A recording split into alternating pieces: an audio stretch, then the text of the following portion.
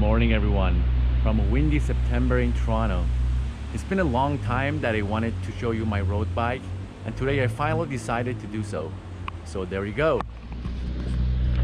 Okay, this is my Allez Sprint 2023 frame that I custom built it with a bunch of other components. I think the bike weighs just sub 8 kilograms, for which for an alloy bike is awesome actually. So let's get into the bike. All right, let's start from the frame. It's a size 56 frame, maybe navy or blue color. 2023, you see the welding point, what they call the small weld on the newer model of Allez Sprint. So this is a disc brake version. The major difference between the disc brake and the rim brake version was that they changed the way they welded the bottom bracket area. So there is only one welding point. Declared that this has made the bike stiffer, and I believe the rim brake version had deeper section on the seat post, so maybe it was more aero, but they have claimed in the web page that this bike is 40 seconds faster than the rim brake version. So I'm just gonna take their word for that. I've never tested this bike in a wind tunnel.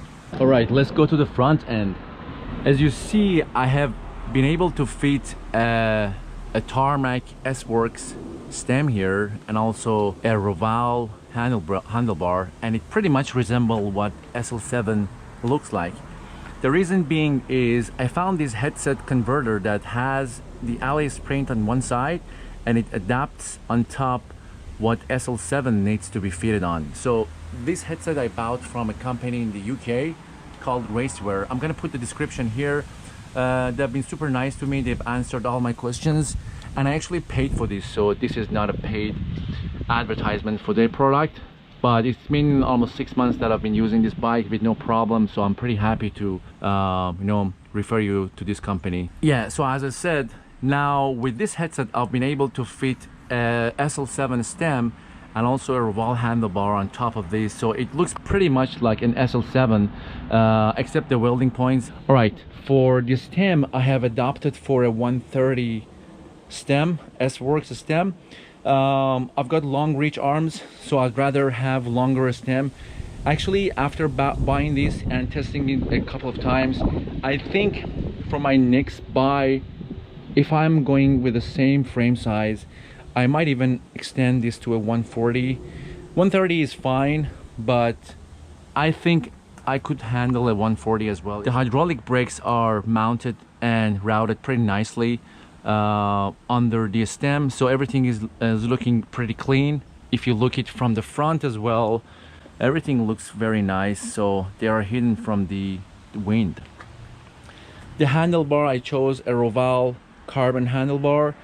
The width of this handlebar is 38 centimeter, and I used to have a 40 centimeter handlebars on my previous bikes, but I decided to go for a 38, and I'm pretty happy with my choice because I'm actually feeling more comfortable riding on a 38 now.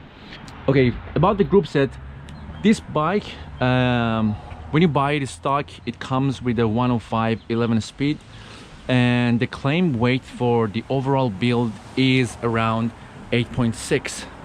So with all the adjustments that I had, I'm hoping to get the bike just sub 8 kilos without the pedals. I'm gonna weigh the bike at the end of the video for you guys, so we'll see how much the bike is weighing right now. Yeah, so what I've done here on the Groupset is I changed the 105 mechanical to a 12 speed Ultegra. So these are the Ultegra levers. I put the levers a little bit inward as much as UCI allows. This makes for a more comfortable hand position, and as you know, the 12 speed Ultegra doesn't have an actual shifting cable because it's semi-wireless, so it communicates from this side through the battery, which is on the seat post, and also the actual junction box that is in the bottom bracket area. So what you see only here is the mechanical cable routed underneath the stem, and you only have one battery which is on your rear mech, So you can actually open this and then you can charge your 12-speed Groupset. You have 2 more batteries, those coin batteries on each of these, but they last a long time, so you normally don't have to change those 12-speed batteries, maybe once a year or once every 2 years. But I found that I'm gonna have to charge my rest of the Groupset maybe every 2 weeks or so. For the bar tape, Supercaz is my favorite brand. It feels so good to get a hold of the hands. I actually like the thinner foaming on these Supercaz. If you found, or if you are using even a thinner one with good feel, let me know down in the description. I'll be happy to try those out, because I don't want these chunky ones. I want to have the feel when I, you know, get a hold of my handlebars. All right, so let's go to the back end side. We have Shimano Pro Super Light Steels saddle. It has the carbon rail as well.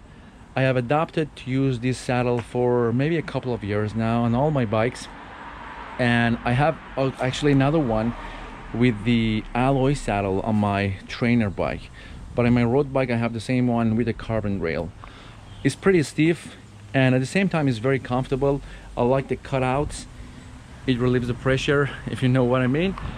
And yeah, I've been happy with that. Just make sure when you use this, you need to swap the carbon rail with the alloy rail, because when you buy the frame, they're providing both of them for you. The bottle is pretty normal. It's a Purist Specialized one. I've noticed that these are lasting longer for me, because I've had many bottles with leak issues. You know, bees are chasing you at the stop sign, and yeah, that's not nice. Every time you go for a ride, you have a sticky bike all over the place. So I found these are working for now, so I'm gonna stick with those. For the pedal / power meter, I've been using Garmin Vector's Vector 3 pedals for a long time. I know some of you had negative experience using these, but I have found no issues with them. They are ±1%, and I found the you know, the power is very accurate for me. All right, the Groupset I got is a 52 big chainring in the front and 36 the small one, and in the back I have 11 to 34, so it gives me a wide range of gear.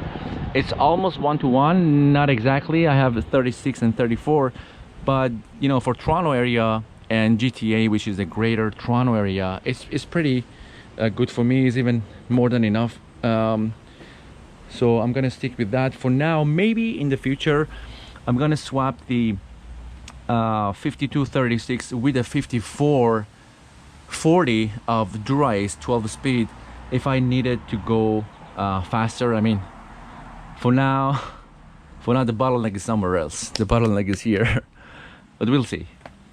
Okay, the wheels. You've seen many of these wheels with many YouTubers and many riders. This is the version 2 Loon Hyper wheels. D67, meaning that this is 60 and this is 67 millimeter, super stiff with the carbon spokes. I had absolutely no issue with those. They are very fast and light, and I love the hop sound. There you go, guys. This was my 2024 race bike. This is the end of the season, and maybe in about a month or so I'm gonna start doing the indoor training season. Probably I'm gonna show you what's underneath that garage for my indoor season / paint cave later. All right, let's weigh the bike. There you go. All right, let's do the hop sound check.